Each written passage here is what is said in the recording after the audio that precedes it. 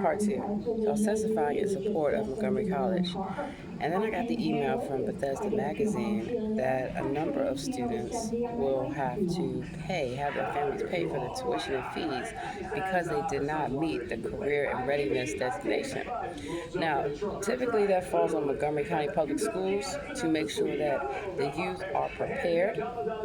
And I remember having a conversation at Rockville High School with a guidance counselor and explaining to them that a D is not a passing grade, number one. Number two, no university or college would accept that. And number three, why would Montgomery County Public Schools, as well as the school board, wait until these children are already enrolled in school, their families have already sacrificed enough, they're getting ready for back to school, and to say, well, because you didn't meet the designation, you now have to pay. So Montgomery College, just as you came up with the funding, that $1.1 million for your staff to fix that water pipe first, I want you also to come up with this money, as well as Montgomery County Public Schools.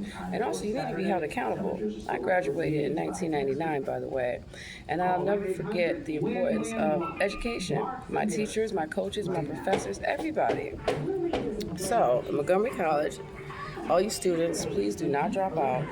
I am praying for you in the name of Jesus that funding is allocated and that from now on we start having audits and assessments of why are these children not prepared. I remember when I was in school many years ago in Montgomery County, we had home ec, we had driver's ed, we had things that helped you with your career development, we had civic engagement. You know, it used to be that you had to speak another language. Parlez-vous français? Comment se llama? Yes. And that you did volunteer work. And a lot of these things have shaped my passion for advocacy, my commitment to lifelong learning and education. I want to make sure that every person has the same exact opportunities. And when it comes to Montgomery College, that's one of the first colleges that I started at. And so to hear now that these young people and their families are being impacted, please do not drop out. Please continue with your studies. In the name of Jesus, that money will be found. And what I'd like to recommend to the CEO, better communication, sir. Better communication, especially when you know that this is the middle of summer. And for Montgomery County Public Schools and the school board, you will be held accountable. When the parents find out more about this, I want you parents to speak up. I want the school to look at a proper, flexible payment plan if necessary to help with these costs. But the one thing that I don't want to see happen is that people have to drop out of school. I personally know how that feels. And when you don't have, I go to school on scholarships, by the way, so this hits very close to home to me. And when you see that people are trying to encourage the youth, it starts with Montgomery County Public Schools. It does start at home, but it also starts with the schools working with the parents and not against them. So I have to say that. And well, I certainly hope that this is going to be brought up before the council so that way people can have an opportunity to kind of hear about, what's going on and why. There's simply no excuse. It's unacceptable. So I'm going to highly recommend to the school board, get it together, as well as Montgomery County Public Schools.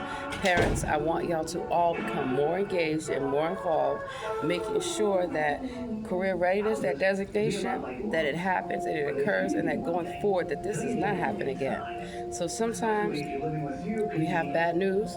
We have to think of a good way to bring about resolution and change. So I will be monitoring and following closely. Thank you to Bethesda Magazine for bringing attention to this situation. And all of us in the community, let's come together. I'm still willing to support Montgomery College.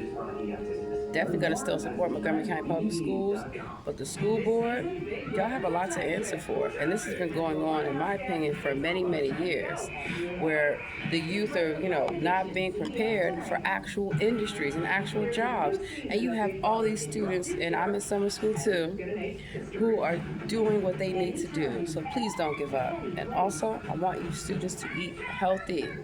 One of the reasons why I'm able to focus, healthy diet. So let's get right to it. Cilantro, lemon, jasmine rice. I have my spring mix. Well, actually, no, I think it's super greens. Blend of 2 boiled eggs. with some lemon basil dressing, one tortilla, trying to lose weight.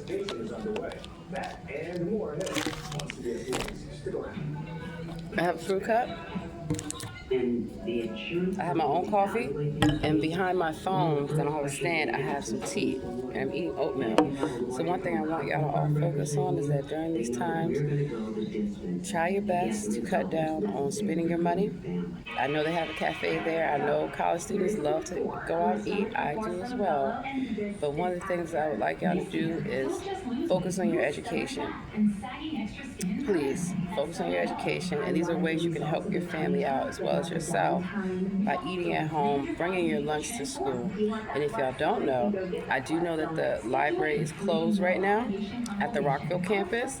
Well, go to the universities at Shady Grove. I'm going to post a video right after this, and you'll see that not only can you utilize the computers, they have microwaves there, they have plenty of tables, plenty of space, and then you can also talk to an admissions counselor and different people about what you need to do for your next step. These conversations are the conversations that helped me go to Montgomery College, helped me go to the University of Maryland and beyond, because we had guidance counselors and teachers and parents and everyone involved who cared and who made these like, look, you got to take the SATs, you got to study for it, you got to have extracurricular activities, whether you play a sport, whether you do music, having a hobby, volunteering, interning, the whole nine. That's what I want to see us get back to. So, you all have a very blessed day. I'm rooting for all of you. I'm supporting all of you. And I have to get up to this building so I can start my homework. I'm doing administrative law, by the way. And then I can sit in on the county council hearings, and that's why I'm up there, to listen, to learn, and also how to see how we can start making more of an impact in real time when we have these issues. So whoever decides to send that letter out to families without having a meeting, engaging all the stakeholders, trying to come up with a solution, shame on you. And you need to do better. I have a very blessed day.